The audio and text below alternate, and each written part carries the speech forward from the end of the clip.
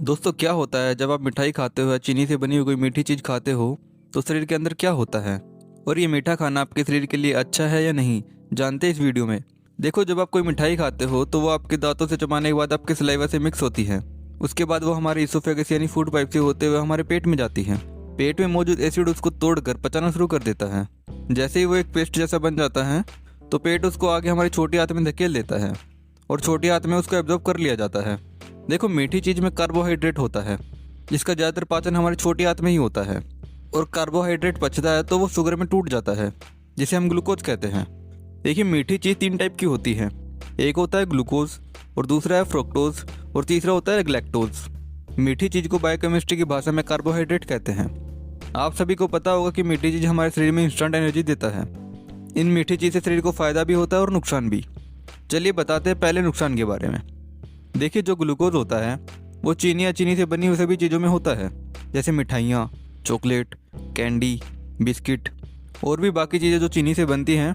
देखिए, चीनी शरीर के अंदर जाकर ग्लूकोज में बदलती है जो आपको इंस्टेंट एनर्जी तो देता है, पर ये आपके खून में मिक्स होकर आपके पूरे शरीर में फ्लो होता रहता है। देखिए, जैसे ही ग्लूकोज ब्लड में मिक्स होता है तो खून में शुगर बढ़ने के कारण खून गाढ़ा हो जाता है। अब थोड़ा सा यहाँ ध्यान दीजिएगा क्योंकि आपकी सारी बीमारियों की जड़ी सी टॉपिक में बताने वाला हूँ।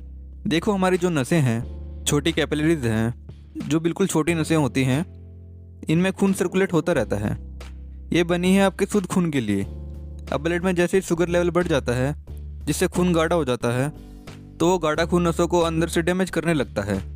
जैसे कि एक छोटी सड़क पर बड़े बड़े ट्रक को लेकर जाओ तो सड़क धीरे धीरे टूटने लगती है क्योंकि वो सड़क बनी है बाइक और साइकिल के लिए। अगर आप बड़े बड़े ट्रक वहाँ से लेकर जाओगे तो कुछ दिनों में वो सड़क डैमेज होने लगेगी और टूटने लगेगी। वैसे ही शरीर की नसों में गाढ़ा खून नसों को अंदर से डैमेज करता है जिससे नसों के अंदर मौजूद एंडोथेलियम लेयर फट जाती है जो कि नाइट्रिक ऑक्साइड बनाती है। इनका काम यह होता है कि जब शरीर पर कोई चोट लगती है तो नसों के अंदर एंडोथेलियम लेयर द्वारा नाइट्रिक ऑक्साइड बनाया जाता है जो कि हीलिंग का काम करता है। जैसे हम सभी को पता है कि डायबिटिक पेशेंट को चोट लगने पर वो चोट जल्दी ठीक नहीं होती है। यही कारण है कि डायबिटिक पेशेंट की नसों में एंडोथेलियम लेयर फट जाती है जिससे नाइट्रिक ऑक्साइड नहीं बन पाता और नाइट्रिक ऑक्साइड नहीं बनेगा तो चोट हील नहीं होगी। नाइट्रिक ऑक्साइड शरीर के अंदर से ब्लॉकेज खोलने का काम भी करता है। अब जैसे ही ब्लड में शुगर लेवल बढ़ेगी वैसे ही शरीर में ब्लॉकेज होने भी शुरू हो जाती है क्योंकि नसों के अंदर नाइट्रिक ऑक्साइड नहीं बन रहा है। देखो, जैसे ही शरीर में कोई मीठी चीज़ आती है तो इंसुलिन उसको पचाकर सीधे सेल्स में भेज देता है जिससे शरीर को एनर्जी मिलती है और जो ग्लूकोज एक्स्ट्रा होता है उसको पैनक्रियाज द्वारा स्टोर करके रख लिया जाता है। हमारे शरीर में इंसुलिन पैनक्रियाज ही बनाता है और इंसुलिन ही ग्लूकोज को पचाता है और शरीर में अगर आप ज़्यादा मीठा डालते हो तो वो इंसुलिन द्वारा पचाकर सेल्स में भेज दिया जाएगा जिससे एनर्जी मिलेगी और बाकी का शुगर स्टोर कर लिया जाएगा। और अगर उससे ज़्यादा शुगर होगा तो वो ब्लड में घूमता ही रहेगा और नसों में वो घूमेगा। तो मैंने अभी आपको बताया कि उससे शरीर में क्या होगा।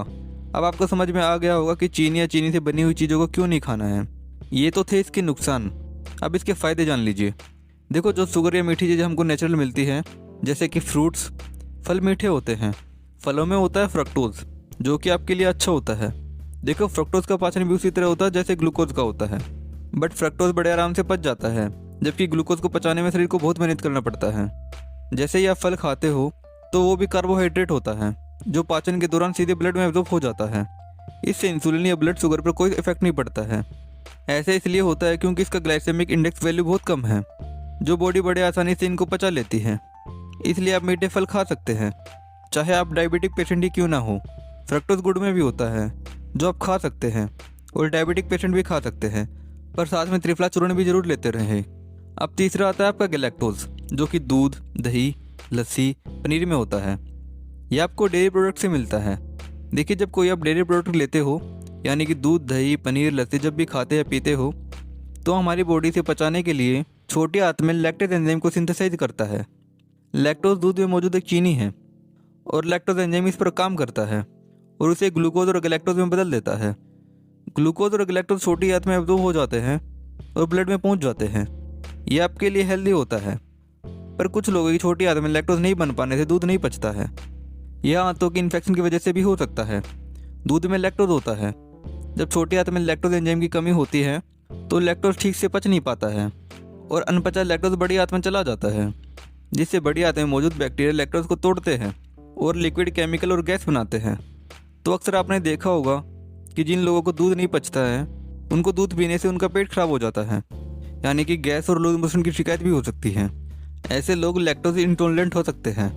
अब ये देखिए कि ग्लूकोज, फ्रक्टोज और गैलेक्टोज, इन सबसे मिलने वाले ग्लूकोज को लीवर आधे से ज़्यादा स्टोर करके रखता है और बॉडी को जरूरत पड़ने पर ग्लाइकोजन के रूप में शुगर और ग्लूकोज को रिलीज कर देता है।